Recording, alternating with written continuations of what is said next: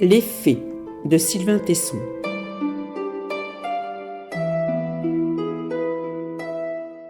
Ce Noël-là, le froid s'était abattu. La Bretagne était un oursin mauve et blanc hérissé de glace. La houle torturait l'océan. Le vent sifflait, coupé par l'aiguille des pins. Les rafales froissaient la lande, battaient au carreau.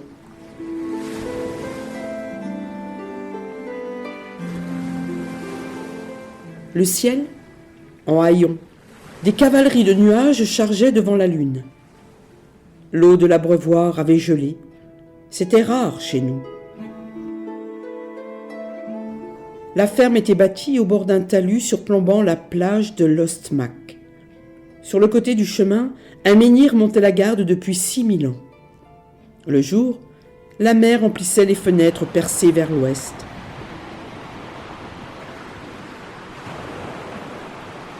La nuit, il faisait bon écouter le ressac à l'abri des murs de granit.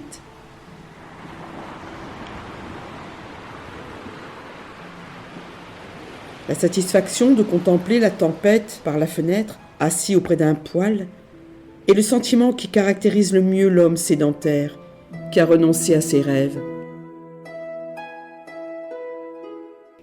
Nous étions 10 convives à la table du réveillon, Pauline, moi et les nôtres. Les uns, comme Alan et Morgan, étaient venus de Brest. Les autres vivaient sur la presqu'île.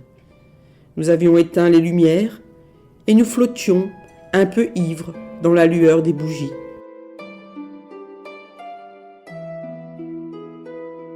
À travers les bouteilles vides, les flammes projetaient leurs grimaces sur les murs nus.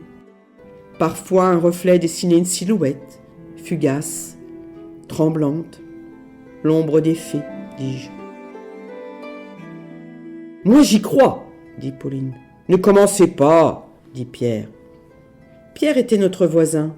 Sa maison occupait une position analogue à la nôtre, au sommet de la terrasse littorale, de l'autre côté de la plage de l'Ostmac. Un bouquet de pins nous en masquait la vue, mais du large, on distinguait nos bâtisses respectives qui se dressaient en miroir, séparées d'1 kilomètre, flanquant les 2 extrémités du croissant de sable. 2 tours jumelles veillant l'océan. Pierre s'était installé là, à son retour d'Afrique. 30 années, à superviser des mines d'uranium dans le Sahara nigérien, lui avaient donné des envies d'embrun. Il coulait des heures calmes, s'occupait de sa maison, sortait ses chiens dans la lande et venait de temps en temps nous rendre visite à la ferme.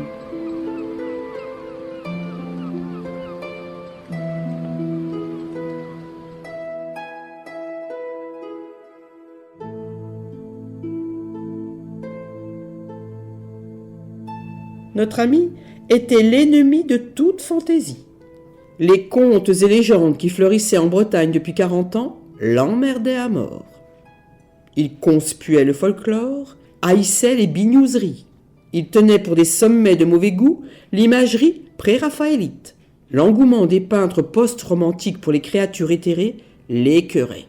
Les représentations contemporaines des créatures mythologiques le consternaient. Pour lui, mettre des ailes aux femmes signifiait que la femme ne suffit pas. Il tenait la croyance en un peuple d'elfes, d'Efrites et d'ondines pour un détraquage de l'esprit. Le goût du fantastique pour un infantilisme. Il invoquait l'influence du climat sur les psychismes. Trop d'humidité aurait déréglé les sensibilités et donné aux Bretons un penchant pour l'invisible.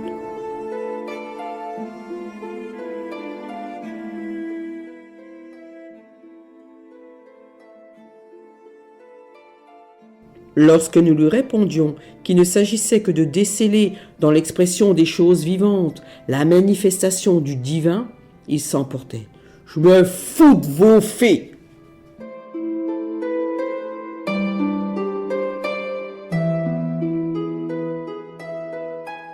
Mais ce soir-là, personne ne ménagea Pierre.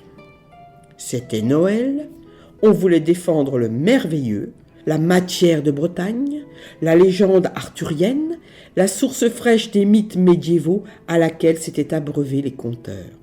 Chacun voulut y aller de son histoire. Nous espérions que Pierre ravalerait ses sarcasmes.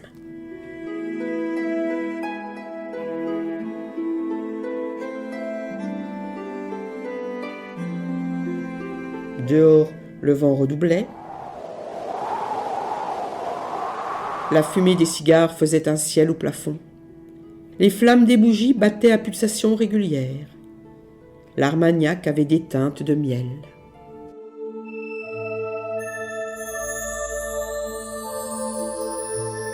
La nuit de Noël de l'année dernière, dit Alan, un chalutier errait dans la tempête près des récifs de la Roche Noire au large de Kerskov. Il y a eu un article dans le Télégramme. C'était une nuit sans lune et les appareils de bord ne marchaient plus. Pourtant, le bateau est rentré au port en moins d'une demi-heure.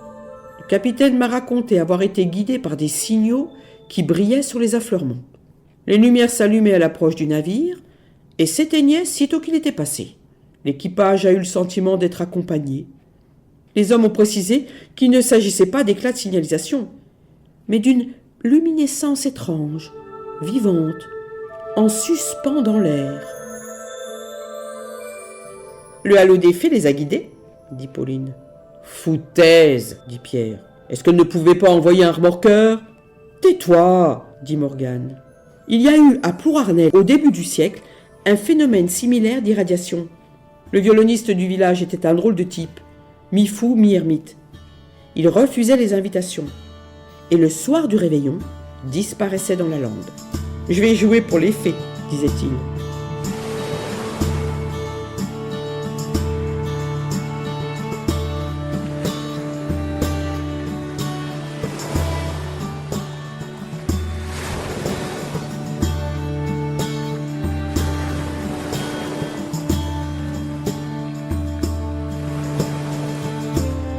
Il passait la nuit sur les chemins à semer des gigues.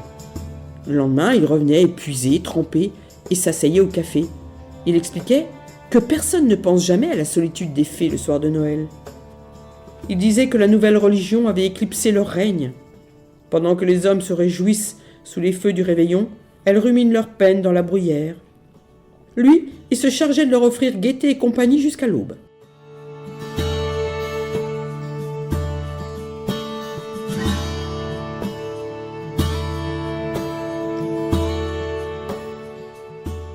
Quand il est mort, il a été oublié dans un coin du cimetière. Mais chaque 24 décembre, sa tombe était baignée d'une étrange lueur, enveloppante, douce, insaisissable, dont l'œil était incapable de discerner la source. « Des feux follets, dit Pierre, des vers luisants, des lampes frontales, le reflet de la lune !»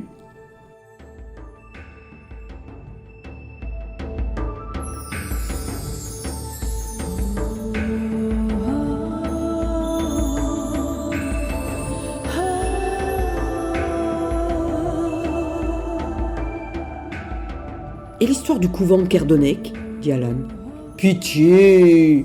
dit Pierre. « Changeons de sujet !»« Raconte !» dit Pauline. « On en a beaucoup parlé à l'époque, » dit Alan. « C'était un couvent de bénédictines.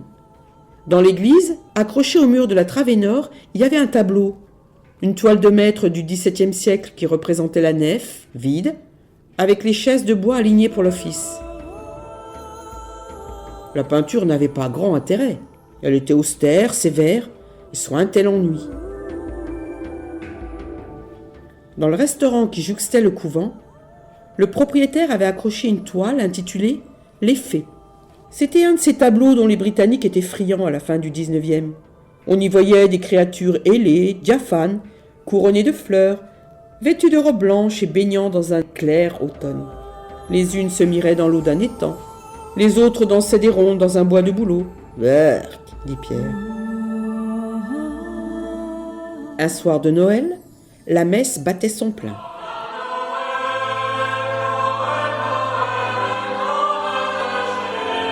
Soudain, au milieu de l'homélie, le curé se trouva mal. Il s'appuya sur le pupitre et montra du doigt le mur de la travée en balbutiant. Les fées du tableau de l'auberge s'étaient incorporées au tableau de l'église. elle se tenait dans la toile, assise sur les chaises peintes. Les ailes repliées dans le dos, elles assistaient à l'office. Le tableau était vivant.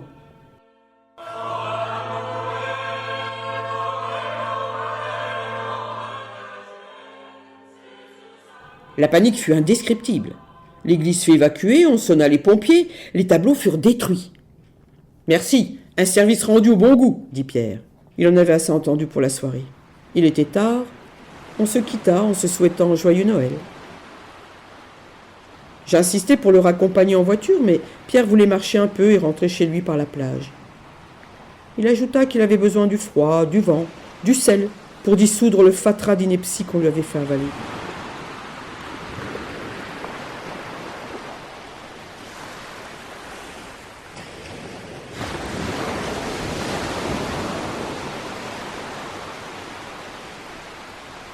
Le lendemain matin, à 8 heures, Pierre nous téléphona. Il avait une voix paniquée et nous pria d'accourir.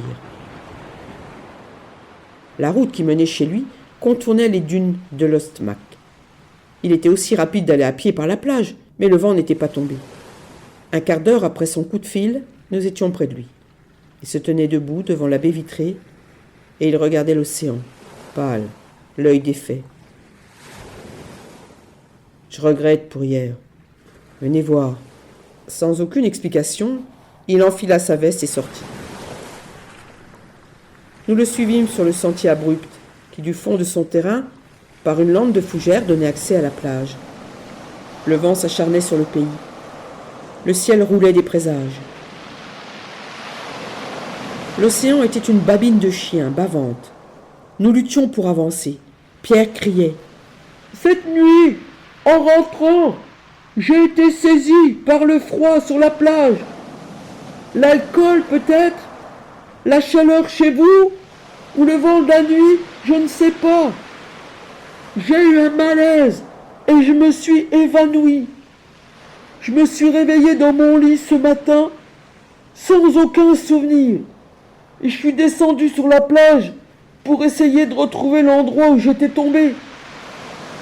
Et alors voilà. » Nous étions sur la grève à mi-chemin entre nos deux bâtisses et à quelques dizaines de mètres de l'estran. On voyait distinctement l'endroit où Pierre était tombé. Le corps avait creusé le sable. De là partaient 2 traces parallèles, rectilignes, qui filaient vers la maison de notre ami. C'étaient les pieds de Pierre qui avaient traîné dans le sable et creusé leurs doubles griffes pendant qu'on le soutenait. Il n'y avait nulle autre empreinte, aucune trace de ceux qui l'avaient porté. Et Pierre, éperdu, regardait ce sillon pendant que la houle s'écroulait sans répit.